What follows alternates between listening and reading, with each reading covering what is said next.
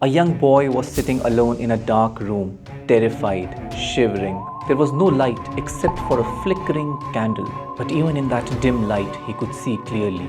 Right there in front of him was a ferocious wolf, sharp teeth, snarling face, and poised to pounce on him. And the more he shivered, the closer the wolf seemed to come. This wolf is going to eat me. This is the end, thought the boy as he waited for the inevitable.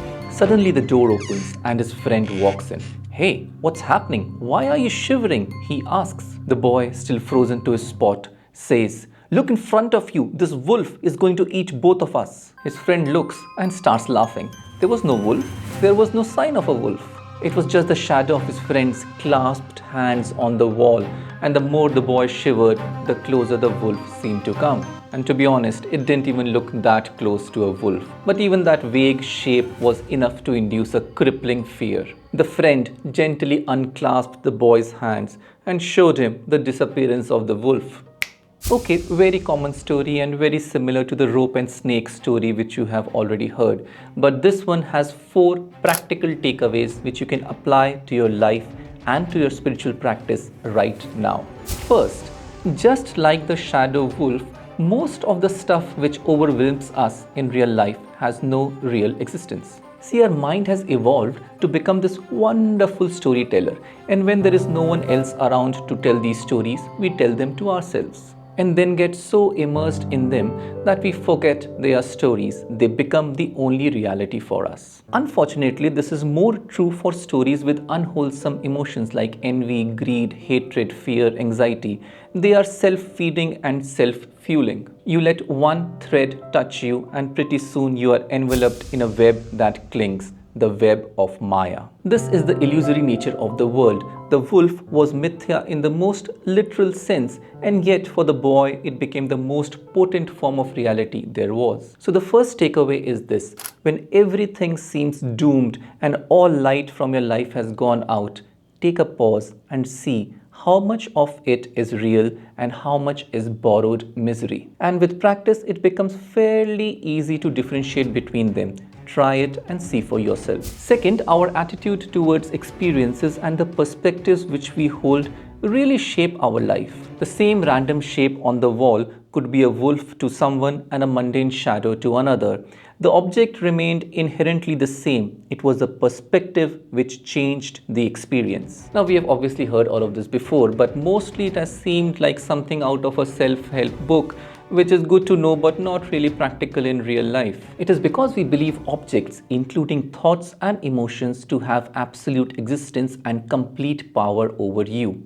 But they don't. Apart from the fact that they are projections in and as consciousness, it is the stories that we create which gives them the energy to overwhelm us. Now, it doesn't mean that objects have no value, but it does mean that there is an alternate view through which you can look at them with objectivity and allocate them a value which is equivalent to their usefulness.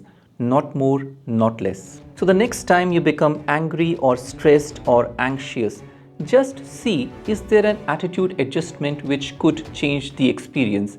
And if there is, why not try it? Third takeaway, and this is the unique part of the story which is often not there in other parables. The more the boy's hands shivered, the closer and more ferocious the wolf seemed to become. It was the boy who was adding the fuel to keep this fire of fear burning. Now, this is the critical point to learn from this story.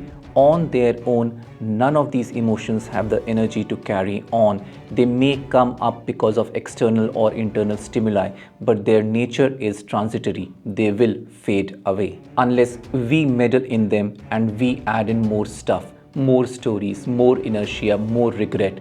This is what we add to make them seem ferocious and strong and snarling. Stop, pause, breathe, witness.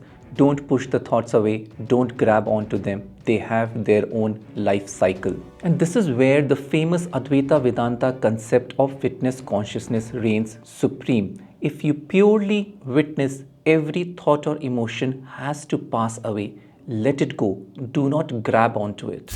And finally, the fourth takeaway, when the boy's friend showed him that the wolf was nothing apart from his hand's shadow, the fear disappeared in an instant. It can take literally one thought to change your day or your entire life. As that saying goes, no matter whether a cave was dark for 100 years or one day, when the light shines, the darkness will go away immediately. In the transactional reality, the perspectives which you hold define how happy you are.